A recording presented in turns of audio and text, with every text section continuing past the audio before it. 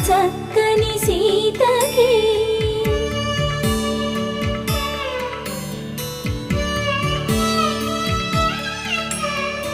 ఎర్ర జాబిలి చేయి రాముడేడని అడుగుతుంటే